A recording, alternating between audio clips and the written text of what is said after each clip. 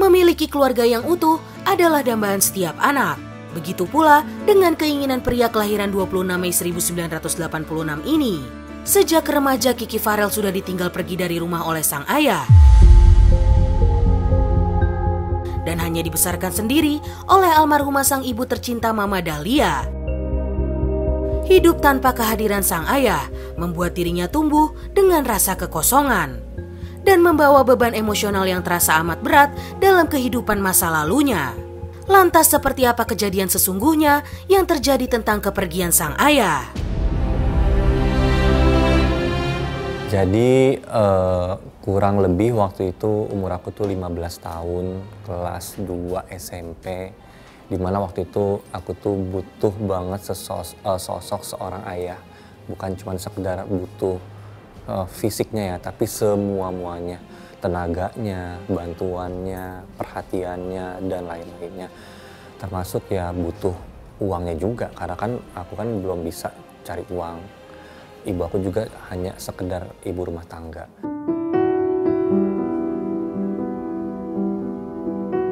Nah, kenapa nggak terpenuhi itu semua? Karena secara tiba-tiba waktu itu aku manggilnya bapak ya. Bapak aku tuh ngilang gitu aja.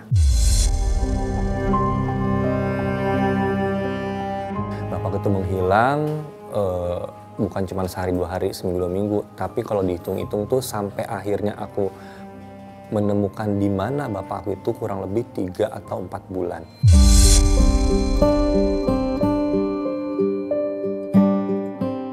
Jadi gini, aku inget banget waktu itu malam-malam aku kebangun, mamaku nggak ada di kamar, ternyata mamaku lagi nyuci baju jam 11 malam. Aku nanya, "Mah, bapak kemana?" gitu. Jawaban mama itu pokoknya kayak nutupin. Aku lupa jawabnya apa, tapi yang pasti kayaknya lagi pergi gitu, kayak lagi kerja gitu. Oh ya udah gitu kan. Ya udah nggak pulang lama banget, kayak kangen gitu kan, kayak kangen gitu kan.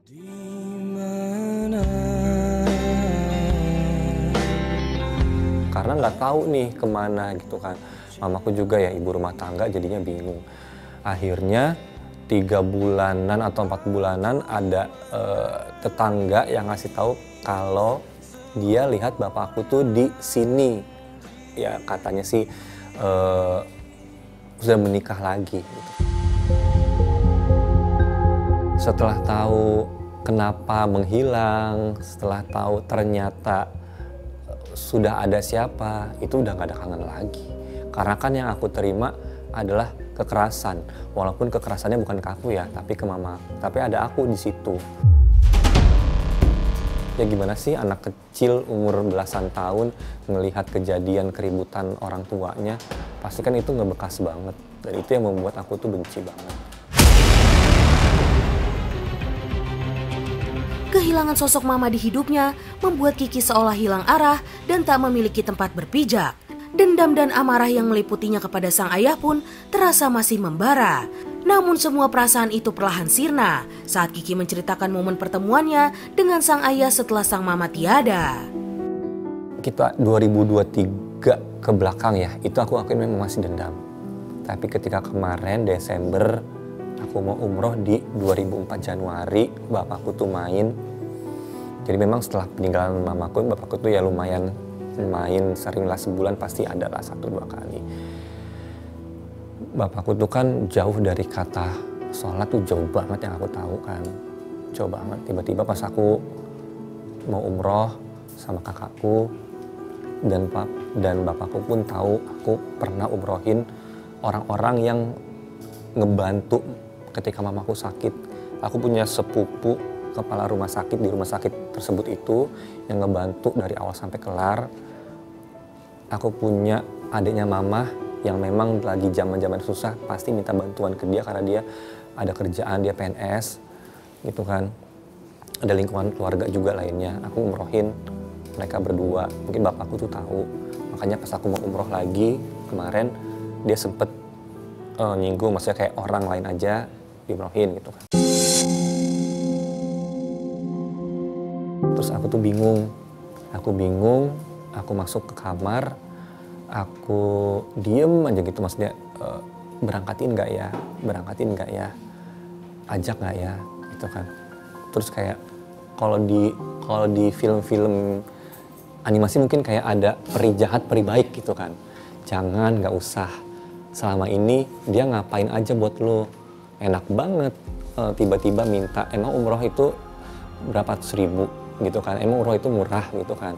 Terus ya udah kapan lagi gitu kan, ya udah kapan lagi, orang tua tinggal satu-satunya loh, gini yang udahlah gitu kan. Aku diem. Terus aku keluar kamar lagi, pas keluar kamar pun aku belum ada keputusan.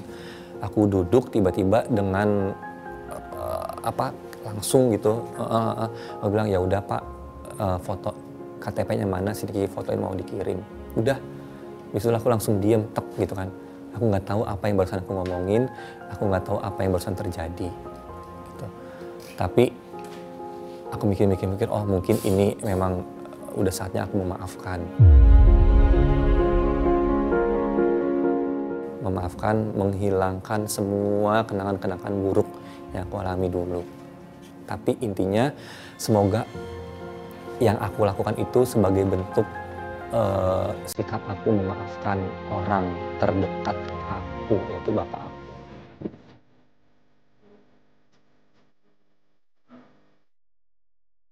Sejatinya, kebencian akan kalah oleh kasih sayang yang begitu besar serta rasa memaafkan yang begitu tulus dari dalam hati. Kepada Suara Hati, Kiki pun mencurahkan perasaannya setelah momen haru bersama ayahnya tersebut berbuah manis. Lega banget, alhamdulillah. Lega banget. Karena aku mikirnya gini loh, kita nggak tahu siapa duluan yang nanti meninggal. Entah aku duluan, entah bapakku dulu gitu kan. Kalau masih ada rasa dendam walaupun posisi kita yang disakiti, itu takutnya malah jadi dosa itu kan, takutnya nanti akan jadi pertanyaan di akhirat nanti itu kan. Dan bapakku tuh sekarang hidupnya pun udah nggak sewah dulu, keluarganya tuh di sana ya ya nggak lebih baik dari kondisi aku sekarang gitu kan. Jadi kasihan nantinya kalau bapakku sakit gitu kan, bapakku kemana-mana nanti siapa yang bantuin kalau bukan ya kita ini